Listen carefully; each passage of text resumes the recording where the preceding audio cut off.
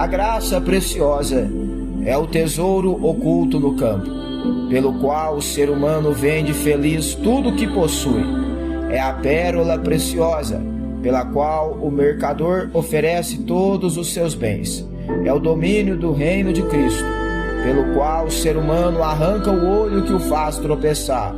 É o chamado de Jesus Cristo, pelo qual o discípulo deixa suas redes para trás e o segue. A graça preciosa é o evangelho que sempre se deve procurar, a dádiva que se deve pedir, a porta a qual se tem de bater. Essa graça é preciosa porque chama ao discipulado. É graça porque chama ao discipulado de Jesus Cristo.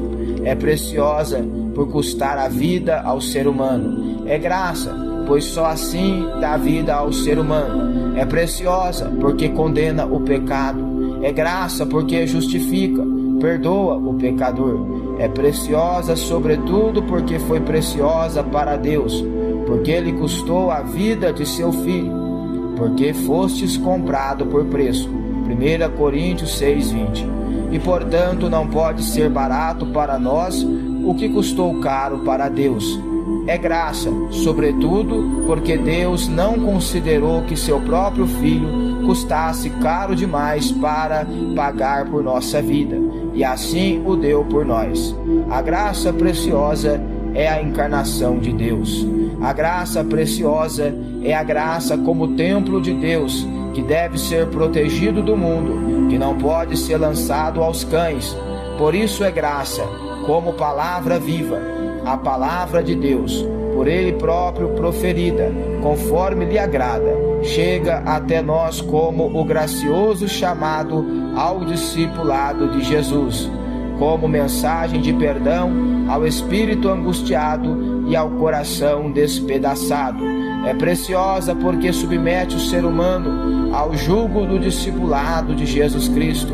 É graça porque Jesus afirma: meu jugo é suave e meu fardo é leve. Pedro foi chamado 2 vezes: vinde após mim. Foram essas as primeiras e as últimas palavras de Jesus a seu discípulo. Marcos 1:17, João 21:22. Toda uma vida se situa entre esses dois chamados. Na primeira vez, Pedro ouve o chamado de Jesus no lago de Genezaré e, deixando para trás suas redes e sua profissão, segue-o em completa obediência. Na última vez, é o Jesus ressurreto que o encontra em sua antiga profissão, novamente no lago de Genezaré. É mais uma vez diz: vinde após mim. Nesse interim, entre um chamado e outro, houve toda uma vida no discipulado de Cristo, e no meio dela está a confissão de que Jesus é o Cristo de Deus. 3 vezes a mensagem foi anunciada a Pedro, no início, no fim e em Cesareia de Filipe, a mensagem de que Cristo é seu Senhor e Deus. A mesma graça de Cristo que o chama: vinde após mim, é a que se revela a Pedro em sua confissão do Filho de Deus. Portanto, 3 vezes a graça interveio no caminho de Pedro, em 3 momentos diferentes. A mesma graça foi proclamada. Era, pois, a própria graça de Cristo, e com certeza não uma graça que Pedro a si mesmo ortogava. Foi essa mesma graça de Cristo que o convenceu a tudo abandonar pelo discipulado. Foi ela que o levou à confissão, que a todos deve ter soado como blasfêmia. Foi essa graça que chamou o infiel Pedro à comunhão definitiva, à comunhão do martírio, e pelo qual todos os seus pecados foram perdoados. A graça e o discipulado são uma única coisa na vida de Pedro. Ele havia recebido a graça preciosa.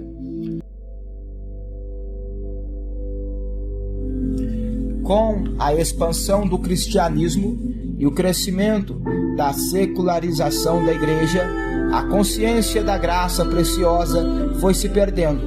O mundo estava cristianizado e a graça tornou-se propriedade de um mundo cristão.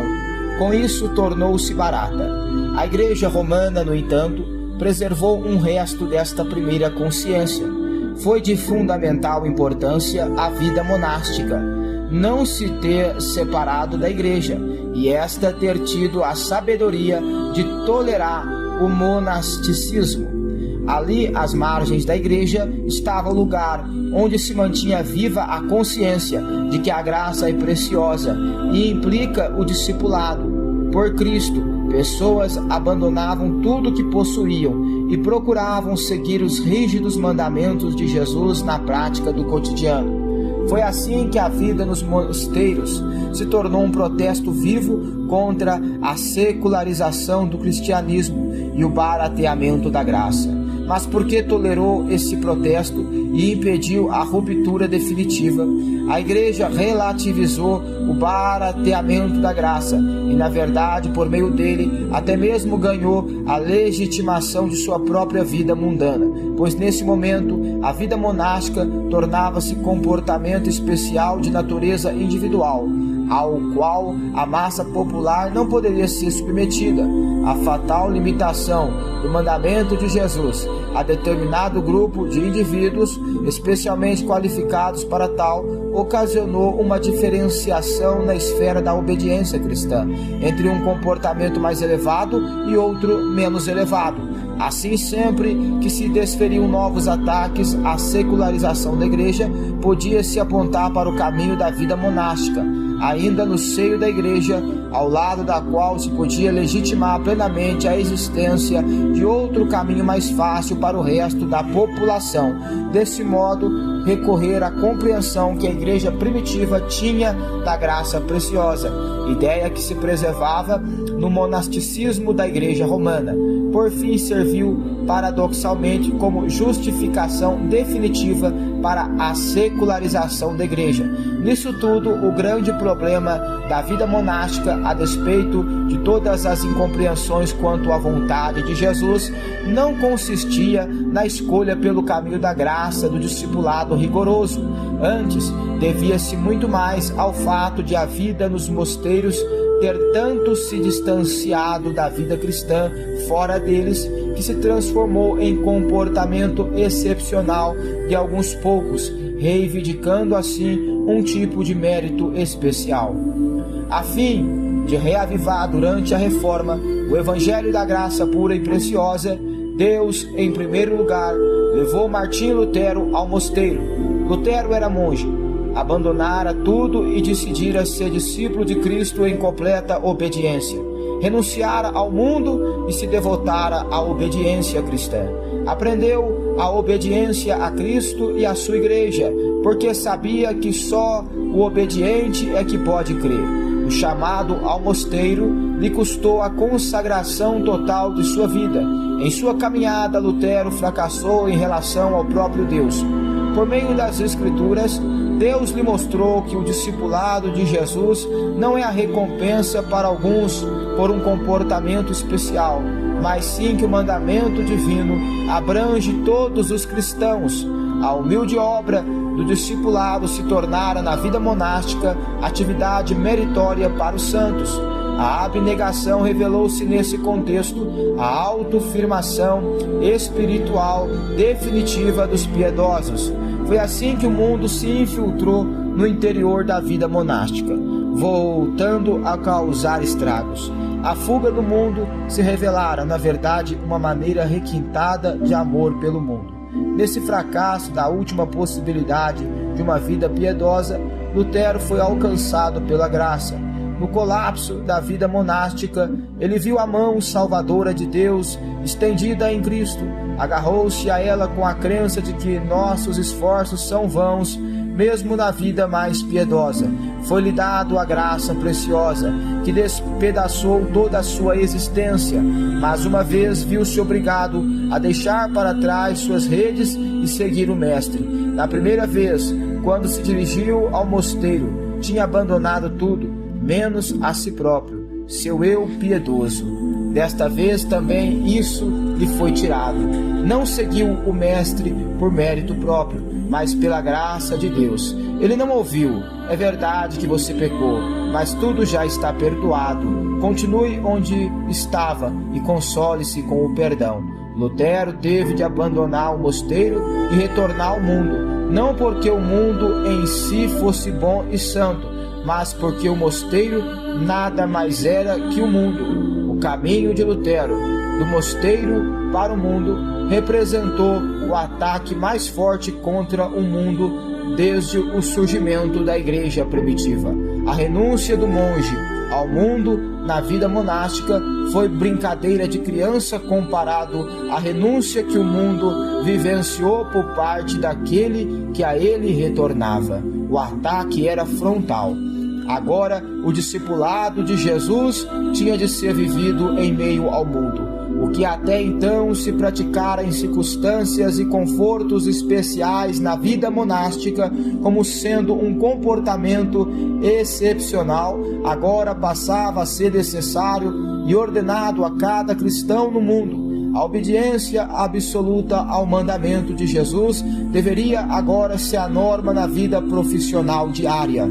Assim, aprofundou-se de modo imprevisível o conflito entre a vida do cristão e a vida do mundo. O cristão estava novamente no mundo para atacar, em uma luta corpo a corpo. Nada pode ser mais desastroso para a compreensão da doutrina de Lutero que considerar que ele tivesse proclamado ao mundo, a partir da descoberta do Evangelho da Graça Pura, que o cristão estaria dispensado da obediência ao mandamento de Jesus, ou que a descoberta da reforma tivesse sido a canonização, a justificação do mundo por meio da graça, que tudo perdoa. Para Lutero, a vocação secular do cristão se justifica apenas pelo fato de que nela o protesto contra o mundo é anunciado com mais impacto. É apenas na medida em que essa vocação secular do cristão seja praticada no discipulado de Jesus que ele receberá do Evangelho esse novo direito. Não foi a justificação dos pecados, mas a do pecador que levou o Lutero a abandonar o mosteiro. Ele tinha recebido a graça preciosa, graça porque foi água para a terra sedenta, consolo para o medo, libertação da servidão, da livre escolha, perdão de todos os pecados. Preciosa porque nunca dispensou ninguém da obra. Ao contrário, acentuou definitivamente o chamado ao discipulado, mas exatamente naquilo em que era preciosa é que era graça, e naquilo em que era graça é que era preciosa. Era esse o segredo do Evangelho da Reforma, o segredo da justificação do pecador.